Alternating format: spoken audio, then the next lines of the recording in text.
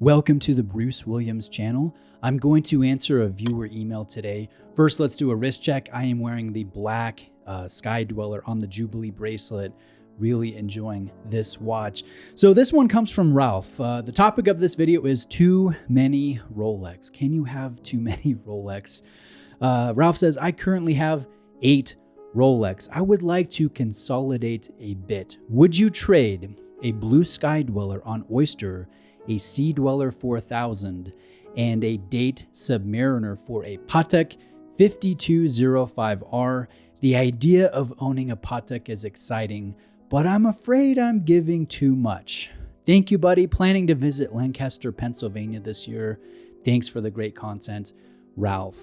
So, Ralph, I appreciate the kind email. I will share my opinion, and I'm also trying to figure out what dates this year that I'll be visiting Pennsylvania. I'd like to take my entire family out there this time, and it would be awesome to make our visits coincide. I would love to talk watches with you, visit all the great places in Pennsylvania, horologically related with you, share a meal, and all of that fun stuff. So let's keep in touch about that. But let's go to the topic of your video. Would you trade 3 out of your 8 Rolex models and get a rose gold annual calendar moon phase with a 24-hour indicator in 40 millimeters from Patek Phillipe? And the first thing I'd like to say, let's pause before I answer. Let's pause and take a look at the Patek Phillipe. This one retails for $57,370. This one has an olive green sunray dial. This one has a beautiful case. This case, when you look at the lugs, when you look at the side profile, there's almost this hollowed out sculpted element to the side of the lugs, and I think that is exquisitely beautiful. I think that's difficult to finish to the high standards that Patek Philippe has.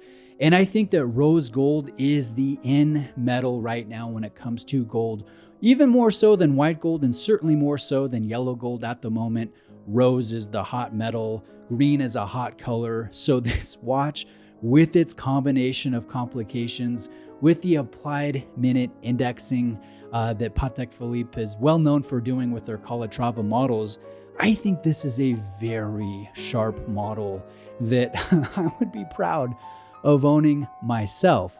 But that being said, I am considering doing something similar with my own collection. I don't have a collection of 8 different Rolex models. In fact, right now I only have 2, but I am considering consolidating and upgrading into precious metal, possibly rose gold, probably yellow gold. I don't think white gold myself, but I do want to get something in precious metal, and I do want to get something that might be a little bit more, how do you say this, horologically significant than what Rolex offers.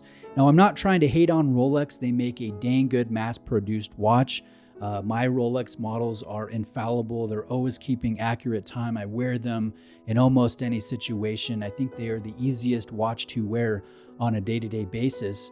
But it can, I don't know, Rolex can come across as fairly boring sometimes. So if you have a collection of 8 and you're considering letting go of the Sea Dweller 4000, the blue Sky Dweller, that would hurt. Again, I'm wearing my black Sky Dweller today. This one would be very hard to let go of. And then a Date Submariner, that one I don't think is going to be so hard to emotionally let go of. You are giving up a lot and you are losing versatility and getting something that's more delicate that you couldn't wear in all the situations that you would wear a Rolex. Rolex being waterproof and anti-magnetic and very good with shock and whatnot. The Patek Philippe is on a different level. And I think you really have to be mentally prepared for that. Are you prepared for a shorter service interval and a higher service cost when it comes to, what you're going to have to spend to upkeep this piece for the duration that you have it? So I think you have to be in the right mind to upgrade into something that is next level, but I find that proposition exceedingly exciting myself. And here's the thing.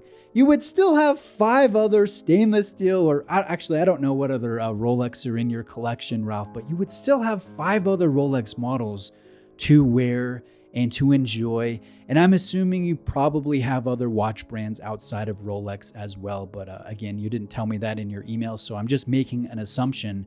I think trading 3 for 1 would be great. Let's break down the values. The Sky Dweller, you're probably getting, I'm guessing you're just going to be selling these yourself and taking the money and putting it down at an authorized dealer. So if you sold the Sky Dweller, you're not a dealer, you don't have that reputation, I think you might be able to get 20, maybe 22 for a blue Sky Dweller. I think that would be realistic and maybe a little bit optimistic. But the next watch, the SD4K, I think you could get 13 or 14. And when it comes to the Date Submariner, that's maybe 12, 13 all day long on that, being a brand new example from 2022. So you're looking at between $45,000 and $50,000 on that secondary market, and you could take that and put it into a Patek Phillipe, which the retail price is about $57,000. So I don't know, if you're being offered a straight up trade by, say, a buddy of yours, I'd say jump on that. I think you're actually getting more value. You're doing better in a straight trade. But if you're asked to put down maybe $10,000 on top of those 3 watches and pay the tax associated with this, depending on if you get it brand new or whatnot, that's where I would get a little bit hesitant myself. So make sure you're mentally in the right place. If you still have the itchy trigger finger after some serious thinking it over, mulling it over, weighing the pros and cons, talking with your spouse, talking with your watch buddies, I say go ahead and do it, man. You know, life is short. Enjoy it. Make a mistake. If you regret it, you know what? You regret it. You still have an awesome rose gold Patek Philippe watch, in addition to 5 other Rolex models and any other potential watch brands that you have in rotation, Ralph. So keep me posted on what you end up doing. And again, I'd like to meet up with you in Pennsylvania this year if we can make our schedules align. I'm thinking about summer, maybe spring. I'm still waiting to hear word from Brent Miller, the authorized dealer that I visit out there in Lancaster. So thank you for watching. In the comment section, everyone, please place what you would do, what you would recommend. I think most of you will probably say, yeah, do the deal, do the trade, but let me know. Thank you again for watching. Have a great day. I'll see you next time.